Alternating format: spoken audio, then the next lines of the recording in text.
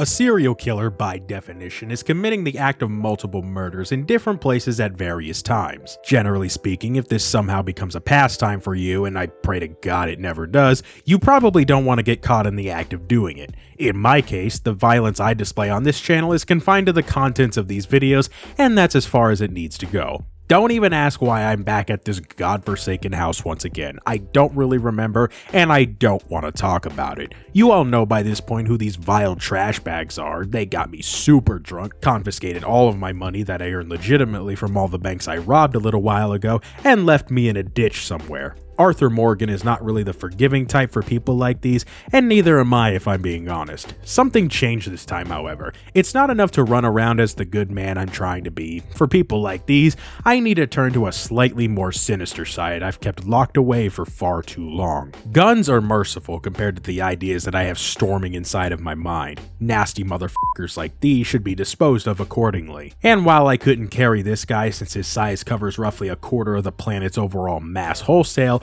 this other thing here, I made sure had a nice new home where the demons can infest her dreams. To put the cherry on top, who doesn't love a good act of arson? It doesn't quite reach my love for explosions because I really like blowing shit up, but setting houses on fire is another fun hobby of mine. While strolling through St. Denis, conspiring to find the next unfortunate soul who deserves it, I found some strange writing on one of the walls. Naturally, being the curious fellow that I am, I began investigating. Whoever was putting all these writings down either had a sick addiction or wrote some morbid poetry. Those two things are not mutually exclusive either. Eventually, the readings led me to some back alley, which I just so happened to visit after midnight, so I'm expecting to shank somebody for their lunch money. I found this guy chewing on some other dude's neck. He said he walked with the undead, among other things I don't really remember, but the notable thing was that he looked like the type of guy who'd be pretty easy to draw. And if a few centuries old vampire's biggest antithesis was a cleaver of all things,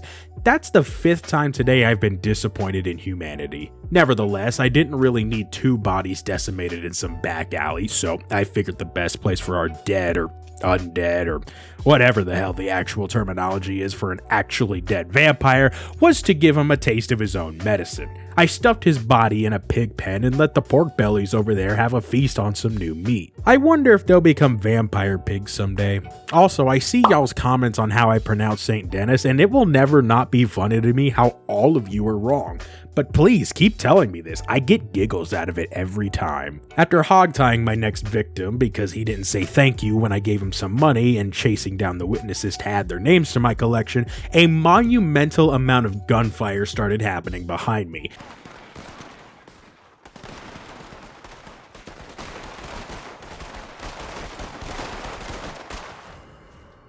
I'm at a loss for words with this one, y'all. Can anybody explain what in the actual hell just happened and why there's about 100 guns just sitting there?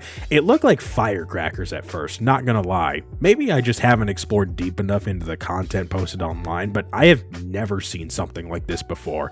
Buggy mess of a game aside, I found a couple of O'Driscolls nearby harassing somebody who tried to look more important than he actually is. Desecrating O'Driscolls is fun and all, but there was something about this guy. The posh, the posture, the aura of self-importance. It made me sick. At the time, I had no idea what I was going to do with him, but I'm sure the light bulb would shine at some point. Along the way of my all-important life-changing trip, I got cornered by a couple of lawmen. I suppose they're still none too happy about my misdeeds when I actually was a police officer, so they came out for revenge. I normally would forbid guns, but this is an exception. One person is still breathing at least. Eventually, I came across Katora Springs, which, just in case you're not aware, houses some geysers ripe for launch. The smell here is god-awful, but it seemed enough out of the way where I don't really have to clean up any mess. I dumped my extra cargo into the hole, or at least I would have had I not just blatantly missed. And that was the game laughing in my face at my utter failure. Even my horse dipped out. Now all I had to do was wait for the eruption. I stood there for quite a long time wondering if the geyser was ever going to erupt or not. When I decided to go check what was wrong, the game tried to break my neck. So, in true Deal fashion, I lit up a stick of dynamite to show it who's boss, and this is yet another scenario we can add to just the Red Dead 2 mess-ups lives alone that I, for some reason, cannot escape from. Look, I know everybody's got their issues, but I have to be some kind of outlier. If you followed any of my other expeditions in this game, you just know how often I somehow get the worst kind of luck with the dumbest shit. It's mind-boggling. Back in Valentine, more specifically the saloon, some guy covered in more animal parts than most animals actually have was spouting off some nonsense about sending people to hell, that none of us were worth two shits, and so on. And as much as I don't like NPCs, I don't go shouting to the heavens about their worthless existence or how I send them to the great big saloon in the sky, at least to their face. He threw the first punch, so it was fair game at that point. Initially, I was going to set him on fire in the upstairs bedroom, but then I remembered I actually like this place, and the torch itself I can't actually throw because video game physics exists, so it was on to a new idea.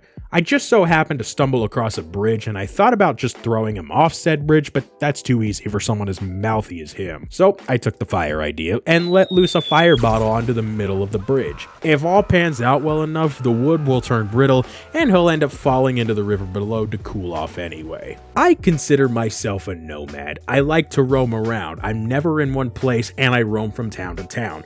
And while scouting the local neighborhoods around roads, I caught the attention of some young lad who claims that he's chained to a bed down in some dude's basement. What kind of sick gets pleasure in keeping their hostage alive? It's truly disgusting. I forced the store owner to do some jazz hands for my own entertainment while we walked down to the dungeon he kept below. I was gonna set the lad free from his chains when I got down there, up until the point where I saw what style of haircut he had. A damn bowl cut? Seriously? It was then I decided I was going to be giving him a haircut courtesy of one of my tomahawks. I'm quite good at removing unnecessary hair from one's person. This deadbeat just watched it all happen, and it's clear to me he needs a trim as well. I so graciously granted him my services, took my payment as I saw fit, did one more cut for the waiting person for free, and walked out. You hear some crazy things when you're riding by and actually open your ears. Case in point, I heard about a family over by a place called Manzanita Post. Something about an unpure child whom a religious community essentially just excommunicated, and more from their church if you get my meaning. Look, I'm all for that innocent until proven guilty thing, but I have it on good authority that these people in particular are guilty. I had plans to tie everybody up and do unspeakable acts of violence to them, but my hog tying skills were not remarkable apparently. Not like my fruit killing skills, those are truly remarkable. As fun as it is taking a woman mudsledding, I'm still only a single human being, and it turns out these folks can Houdini their way out of their bindings. I bet they're no fun in the bedroom, so I just threw a stick of dynamite their way because I like blowing shit up. For some reason, I decided to stop by Van Horn. It's practically lawless, so it's perfect for my current expedition. Not even 15 seconds in, some drunk jackass came to me looking for directions to the train station. Naturally, being the gracious individual that I am, I pointed him in a certain direction. Initially, I just wanted to see how long it took him to realize the way I sent him was the wrong one, but he just kept going and eventually took a turn towards the docks. I thought for sure he had enough wherewithal to not fall into the water, and yet he just waltzed right in. That guy right there is the reason shampoo bottles have instructions on them. Why didn't he just swim back to shore? Is he stupid? On the front door of what I believe is the saloon sat a missing person poster. A young lady named Isabel Katerina Zinsmeister went missing on a trip over to the good old US of A 15 years ago. I have decided to make it my life's mission finding her, though I think she's gotta be a bit older than the age of 5. Eventually, my search led me to this trading post where nothing out of the ordinary made itself known at first. Dude was friendly, wanted to do some trade, whatever. But upon looking around, I noticed a chest with the letters IKZ embroidered onto it. IKZ are the letters of our missing duchy. It's not even remotely close to a common set of letters for any acronym whatsoever, so that paints this guy in a really bad light. You can tell he's nervous now. Seeing as he bolted, yeah, he's guilty as hell. It's no use running from the video game protagonist. He has powers beyond the understanding of NPCs everywhere, and and then he goes and just walks right off the damn deck, so you know that keeps him grounded. I got a vision that's so Raven style about a place filled with evil monsters doing unspeakable horrors to people that go beyond even my limits of psycho, and they got to be exterminated. I know redneck America got some crazy bastards living amongst the back roads, but I surely hope at least they're not butchering people wholesale and leaving their bodies out to get a tan. I can't imagine a worse group out there than the Murphy Brood to use every bit of my arsenal on. I mean, at least I go out, kill bad guys, boom boom, no problem. I accidentally kill the wrong person, shoot, bummer, that stinks. Then I move on. The parasites residing in this cave will string people up for fun and play jump rope with somebody's small intestines.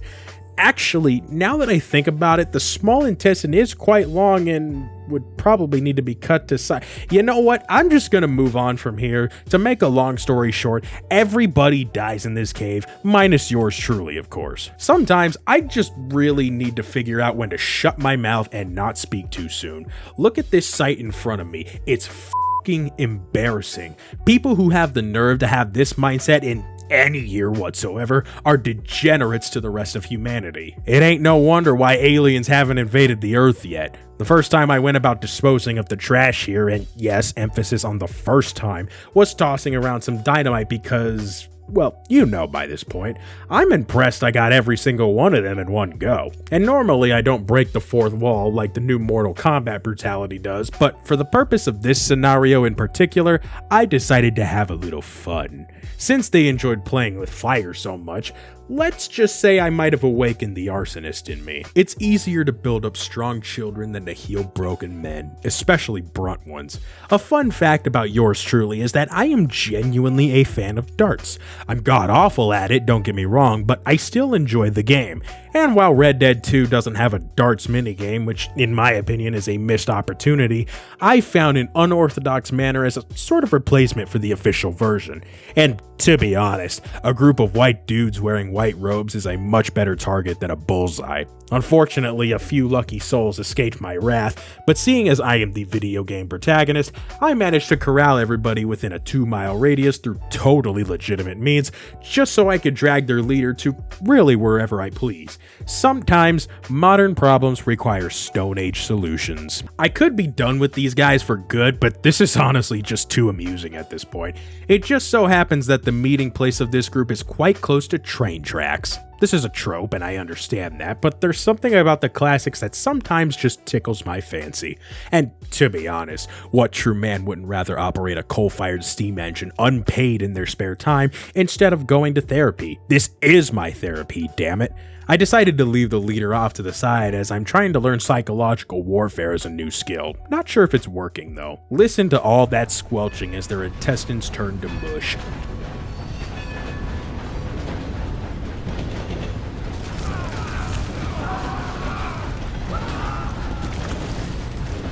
Choo-choo, motherfuckers. Their leader, whom tried to stand out from the rest of the group, obviously showing his insecurities, I had no idea what to do with. So I took him on a trip in my little rocket ship and found my way to Le Gras. I'm not quite in the Florida Everglades, so he probably doesn't have to worry about a 20-foot Burmese python. Instead, I found a couple of swamp puppies over yonder and figured our standout could make good friends with them. I'm not sure whether he's playing dead or not, and that gator is certainly on something. I got soft-locked as it desired to taste my insides. It actually kind of tickled a little and made for an interesting visual. If you enjoyed this video, consider leaving it a like, or if you hated it, leave it a dislike. And if you haven't already, and you like what you see on the channel, go ahead and hit that subscribe button and turn on those notifications. Helps me out a ton. Shout out to all my Patreon supporters for making videos like this one possible. Have a good one. Peace out.